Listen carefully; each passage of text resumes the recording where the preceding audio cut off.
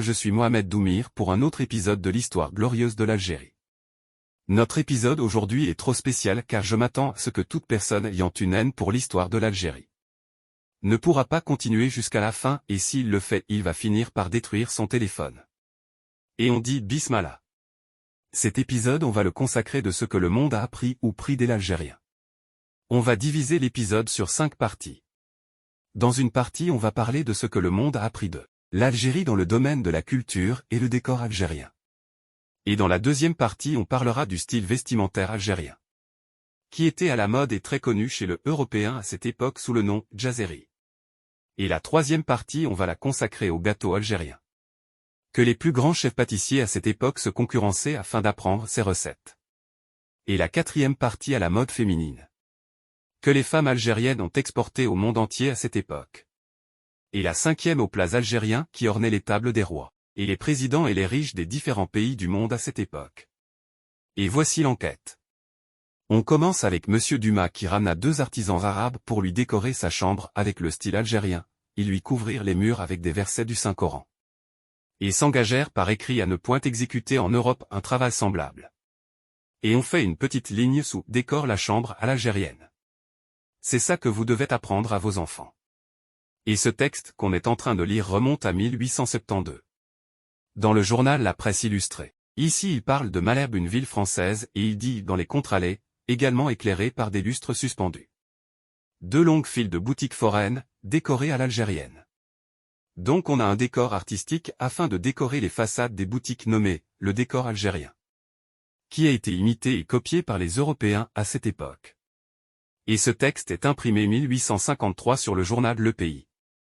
Et ça c'est le livre « La vie élégante » à Paris, qui décrit la demeure d'un des riches, parlant du fumoir où on grillait ou séchait la viande. Disait que ce fumoir est fait dans un style algérien. Ou dans la vie élégante à Paris, donc c'était un élément de bourgeoisie dans le décor et l'art, que les riches français imitaient et en faisaient des copies chez eux. Et ici imaginez vous revenir à l'an 1864. Et vous achetez le journal de Toulouse, vous allez trouver cette annonce d'une société de vente de meubles, une chambre à coucher, armoire à glace, pendu, bougeoir, table à thé, tapis. Et décrivait que le lit est décoré à l'algérienne. Vous avez vu comment on faisait la promotion des meubles en 1800, on disait décoré au style algérien. Et maintenant on parle du style vestimentaire algérien. Et on parlera à travers la langue des femmes françaises à cette époque 1800. As-tu vu le mariage de l'officier Albert Granier avec la célèbre Lucie? Tu as vu ce que Lucie portait? Un crêpe de Chine bleu ciel rayé à l'algérienne. Donc un tissu de luxe décoré à l'algérienne. Et dans le voleur illustré toujours durant la fin des années 1800 mentionne ici, les robes de chambre en bourre de soie sont généralement rayées à l'algérienne. Donc il y a un brodé pour femme avec lequel elle défilait nommé El Djazeri. Et comme c'est brodé sur de la soie en sachant que la soie est de valeur luxueuse chez les femmes. Et donc ce brodé est certainement aussi luxueux dans son art et sa beauté. Et maintenant parlons de la mode masculine. Cette délégation militaire française qui était au Maroc pendant les années 1800. Et parmi ses membres le docteur qui s'en occupait de la santé de la famille royale. Et ce docteur après 22 ans de service médical au Maroc, il revient en France vêtu du bernous blanc avec son terre-bouche à l'algérienne. Et en revenant au style féminin. Vous pouvez lire avec moi sur le livre Paris qui remonte à l'an 1799 qui mentionne. Faites-vous expliquer ce que c'est une chemise à la circé, on vous dira surmontée par une ceinture à l'algérienne. Donc on a une ceinture pour femmes algériennes et les européennes donc d'où elles ramenaient-elles leur mode vestimentaire. D'Algérie mon cher. En ce qui concerne les gâteaux je vous ai sélectionné seulement 3 et vous me donnez votre avis. Celui-là c'est le bavarois à l'algérienne. Sa recette se caractérise par le fait qu'il fait avec de la confiture d'orange, et après des couches de fraises et de vanille. Et ici un grand salut pour le chef Fares qui suit ma chaîne et qui me laisse toujours des commentaires d'encouragement et on lui dit qu'on te doit ce bavarois. Et ce qu'il a suivre comme plats algériens dans cet épisode de ce que les Européens ont imité de nous, comme dans le livre Cuisine classique écrit par Urbain Dubois né en 1818. Lisez avec moi ce qu'il écrit ici, croque-en-bouche à l'algérienne. Et pour ceux qui veulent la recette la voici et voilà le livre. Puis nous avons cet autre plat sucré très connu en Europe par son appellation, l'algérien. Froid comme des glaces avec un goût fort et sucré et voici la recette de préparation pour ceux qui veulent le préparer. Et à l'occasion ce plat est servi avec un autre plat sucré appelé parfait à l'algérienne. qui est aussi un plat sucré algérien, et voici recette. Et on se rappelle à travers ces plats les femmes algériennes pendant toutes les périodes. Ont toujours montré créativité dans l'art de la cuisine au point où les Européens imitent les recettes et gâteaux en les faisant entrer dans leur dictionnaire de cuisine. Et on va même parler des femmes européennes qui en prenant soin d'elles imitaient la femme algérienne dans leur coupe de cheveux par exemple.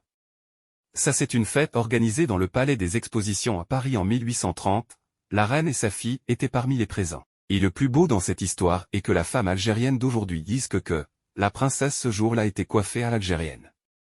C'est clair et n'a pas besoin d'explication. Et ça c'est le livre Histoire de la mode en France, page 167. À l'époque de Louis-Philippe plusieurs phénomènes nouveaux ont fait ravage parmi lesquels les coiffures frangées à l'algérienne. Ce livre est imprimé à Paris en 1875.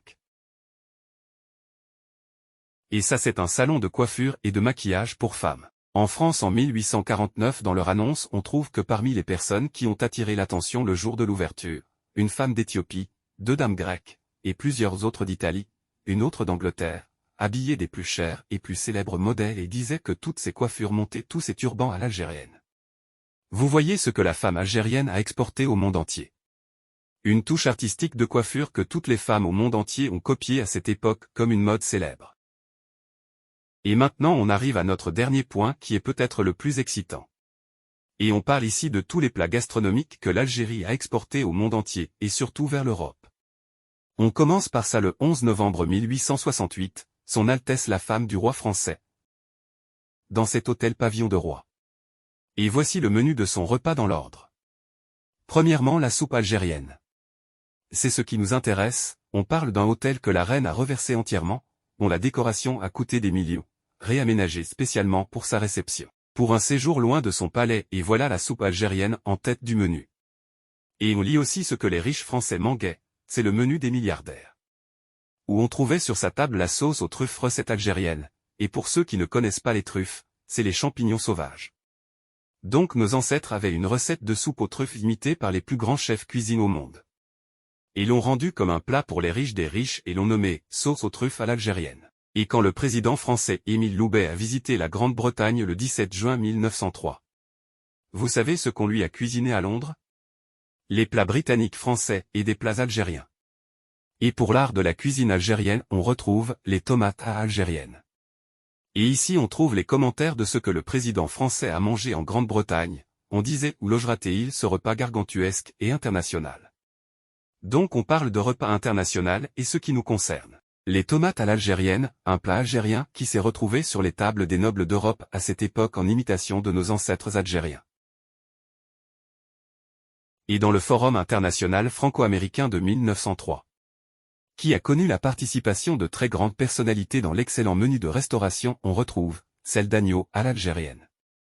Et celui parle de ses souvenirs à l'université de Bourges en France et dit on peut lire dans le menu et je vais pas lire tout le menu pour ne pas ouvrir votre appétit plus. Mais on lit ce plat, pied de veau à l'algérienne. Et si ce plat n'était pas exceptionnel et hyper bon? Les Européens l'auraient copié et mis parmi leurs plats. Et dans le livre, La cuisine française. On retrouve ce plat de poisson, matelote à l'algérienne. Et voici la recette sur la page 255 à 256 et on termine avec cette feuille. Qui montre le menu dans la présidence de la République française le 30 avril 1925. Où on retrouve poulet grillé à l'algérienne. Et vous trouverez le lien de cette photo dans la description de la vidéo. Et comme ça on aura fini cette tournée où on a fait la démonstration plus de 30 livres et anciennes magazines. Qui témoignent de la richesse de la nation algérienne dans l'art gastronomique. Et le décor et les touches artistiques dans la mode avant le colonialisme français. Et salam aleikum.